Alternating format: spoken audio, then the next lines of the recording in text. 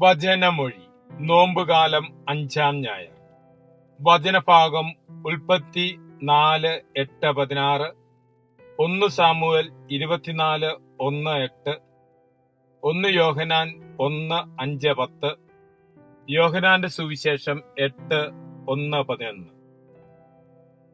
കഴിഞ്ഞ ഞായറാഴ്ച സുവിശേഷത്തിൽ നിന്ന് നാം ധ്യാനിച്ചത് ഈശോ മിശിഹ നിയമത്തെയോ പ്രവാചകന്മാരെയോ ഇല്ലെന്നാക്കാൻ വന്നതല്ല, മറിച്ച് പൂർത്തിയാക്കാൻ വന്നതാണ് എന്ന കാര്യവും 6-ാം പ്രമാണത്തെക്കുറിച്ച് വളരെ കാർക്കശ്യത്തോടെ ഈശോ പറയുന്നതുമായിരുന്നു. ഈശോ പറഞ്ഞു, വ്യഭിചാരം ചെയ്യരുത് എന്ന് കൽപ്പിച്ചിട്ടുള്ളത് നിങ്ങൾ കേട്ടിട്ടുണ്ടല്ലോ. എന്നാൽ ഞാൻ നിങ്ങളോട് പറയുന്നു, ആസക്തിയോടെ സ്ത്രീയെ നോക്കുന്നവൻ ഹൃദയത്തിൽ അവളുമായി വ്യഭിചാരം ചെയ്തു കഴിഞ്ഞു. ഇപ്രകാരം 6-ാം പ്രമാണത്തെ അല്പം കൂടി കഠിനമായി അവതരിപ്പിച്ചിട്ടുള്ള ഈശോയുടെ അടുത്ത് വ്യഭിചാരത്തിൽ പിടിക്കപ്പെട്ട ഒരു സ്ത്രീയെ ശിക്ഷാ നടപടിക്കായി കൊണ്ടുവരുന്നതിനെ കുറിച്ചാണ് ഇന്ന് സുവിശേഷത്തിൽ നിന്ന് ശ്രവിക്കുന്നത്. ആ സ്ത്രീയോട് ക്ഷമിച്ച് കരുണ കാണിക്കുന്ന ഈശോയെയാണ് നാം കാണുന്നത്.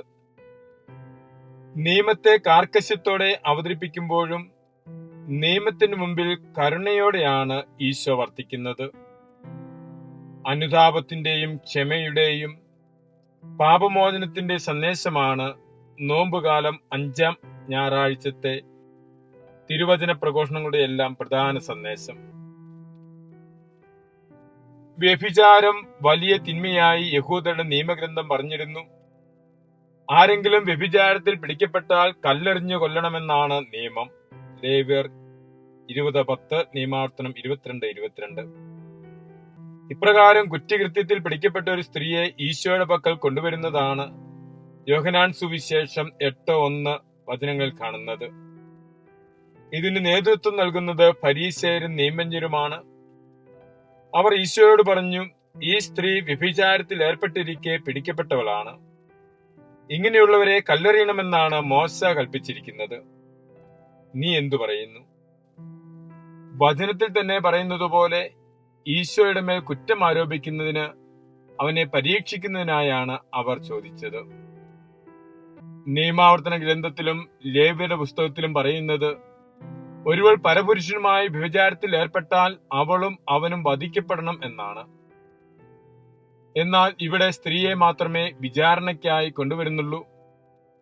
ഇക്കൂട്ടർ അഭിപ്രായം ആരായുകയല്ല, മറിച്ച് ഈശോയെ അപകീർത്തിപ്പെടുത്താനും അവിടുത്തെ മേൽ കുറ്റം ആരോപിക്കാനും കെണിയൊരുക്കുകയായിരുന്നു അവർ ചെയ്തത്.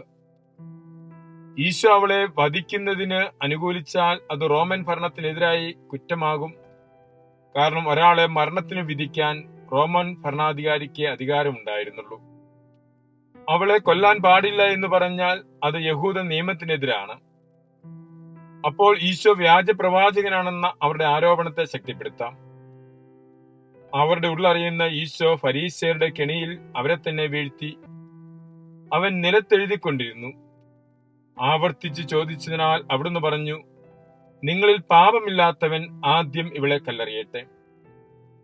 അവൻ നിലത്തെഴുതിക്കൊണ്ടിരിക്കുന്നത് അവരുടെ പാപങ്ങളായിരുന്നെന്നും അവിടുന്ന് വിധിവാചകം എഴുതുകയായിരുന്നെന്നും ദൈവം കൈകൊണ്ടെഴുതിയ 10 കൽപ്പനകൾ അവരെ ഓർമ്മിപ്പിക്കുകയായിരുന്നെന്നും ഒക്കെ തുടങ്ങി വ്യത്യസ്തമായ വ്യാഖ്യാനങ്ങൾ നിലത്തെഴുതുന്നതിനെ കുറിച്ച് സഭാപിതാക്കന്മാർ നൽകുന്നുണ്ടെങ്കിലും ജെറമ്യ 17:13 കാണുന്ന താക്കീതിലേക്കുള്ള ഒരു സൂചനയുമായി ഇതിനെ ബന്ധപ്പെടുത്താം.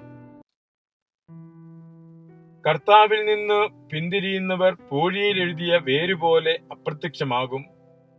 എന്തെന്നാൽ ജീവജലത്തിന്റെ ഉറവിടമായ കർത്താവിനെ അവർ ഉപേക്ഷിച്ചു. ജീവജലത്തിന്റെ ഉറവയായ മിശിഹായെ ഉപേക്ഷിക്കുന്ന ഫരീസയരിലേക്കും നിയമജ്ഞരിലേക്കുമുള്ള സൂചനയാണിത്. ഈശോയുടെ പ്രതികരണം നിയമജ്ഞരും ഫരീസയരും ഉൾപ്പെടെ അവിടെ കൂടെ നിന്നവർ തങ്ങളിലേക്ക് നോക്കുന്നതിനും അനുതാപത്തോടെ കടന്നുപോകുന്നതിനും ഇടയാക്കുകയും ചെയ്തു. ആരും തന്നെ കല്ലെറിഞ്ഞില്ല എന്ന മറുപടിയിൽ തന്നെ ഏറ്റുപറച്ചിലും അനുതാപവും ഉണ്ടെന്ന് വിശുദ്ധ അഗസ്തീനോസ് പറയുന്നുണ്ട്. പാപിനിയായ സ്ത്രീയെ ഈശോ വിധിക്കുന്നില്ല, ശിക്ഷിക്കുന്നുമില്ല. ഭൂതകാല പാപങ്ങൾക്ക് മാപ്പ് നൽകിക്കൊണ്ട് അവളെ പുതിയ ജീവിതത്തിലേക്ക് പ്രവേശിപ്പിക്കുകയും മേലിൽ തെറ്റ് ചെയ്യാതിരിക്കുന്നതിന് പ്രബോധിപ്പിക്കുകയുമാണ് ചെയ്യുന്നത്. ഇന്നത്തെ തിരുവചന പ്രഘോഷണങ്ങളിലെല്ലാം അനുതാപത്തിന്റെയും ക്ഷമയുടെയും പാപമോചനത്തിന്റെ സന്ദേശമാണ് നമ്മുടെ വിചിന്തനത്തിന് വിഷയമാക്കുന്നത്. പരസ്പരം ക്ഷമിച്ചും അനുതാപത്തിലേക്ക് വന്നും പാപമോചനം നേടി നോമ്പുകാല ചൈതന്യത്തിൽ ജീവിക്കുന്നതിനുള്ള ആഹ്വാനമാണ് തിരുവചനം നൽകുന്നത്. ഒന്നാമത്തെ പ്രഘോഷണത്തിൽ കായേന്റെ പാപവും ദൈവത്തിന്റെ ഇടപെടലും ശിക്ഷയുമാണ് കാണുന്നത്. എന്നാൽ കായേൻ അനുതാപത്തിലേക്ക് വന്നപ്പോൾ അവന്റെ പാപം ക്ഷമിച്ചുകൊണ്ട് രക്ഷയുടെ അടയാളം നൽകുന്നതാണ് നാം ശ്രദ്ധിക്കുന്നത്. കായേന്റെ മേൽ പതിച്ച രക്ഷയുടെ അടയാളമായ മുദ്ര മനുഷ്യകുലത്തിന് രക്ഷയുടെ അടയാളമായി മാറിയ കുരിശ് തന്നെയാണ്. സാമുവേൽ പ്രവാചകന്റെ ഒന്നാമത്തെ പുസ്തകത്തിൽ നിന്നുമുള്ള പ്രഘോഷണത്തിൽ നാം കാണുന്നത് സാവൂളിനോട് ക്ഷമിക്കുന്ന ദാവീദിനെയാണ്. ദാവീദ് ഗോലിയാത്തിനെ വധിച്ചു കഴിഞ്ഞപ്പോൾ ജനം സാവൂളിനേക്കാൾ ദാവീദിനെ പ്രകീർത്തിക്കുന്നു. ദാവീദിൽ അസൂയ പൂണ്ട സാവൂൾ ദാവീദിനെ കൊല്ലാൻ ആഗ്രഹിച്ച് അന്വേഷിച്ചു. ഒരിക്കൽ സാവൂൾ ദാവീദും അനുചരന്മാരും പാർത്തിരുന്ന ഗുഹയിൽ എത്തപ്പെട്ടു. അപ്പോൾ ദാവീദിന്റെ അനുചരന്മാരെല്ലാം സാവൂളിനെ വധിക്കുന്നതിന് ദാവീദിനെ പ്രേരിപ്പിക്കുന്നെങ്കിലും ദാവീദ് സാവൂളിനോട് ക്ഷമിച്ച് അവനോട് അനുരഞ്ജിതനാവുകയാണ് ചെയ്യുന്നത്. യോഹന്നാൻ ശ്ലീഹായുടെ ഒന്നാം ലേഖനത്തിൽ നിന്നുമുള്ള മൂന്നാമത്തെ പ്രഘോഷണത്തിലും പാപങ്ങൾ ഏറ്റുപറയുന്നതിനെക്കുറിച്ചും പാപമോചനത്തെക്കുറിച്ചുമാണ് പ്രതിപാദിക്കുന്നത്. ഒരുവൻ തന്നിൽ പാപമില്ലെന്ന് പറഞ്ഞാൽ അവൻ വ്യാജം പറയുന്നു.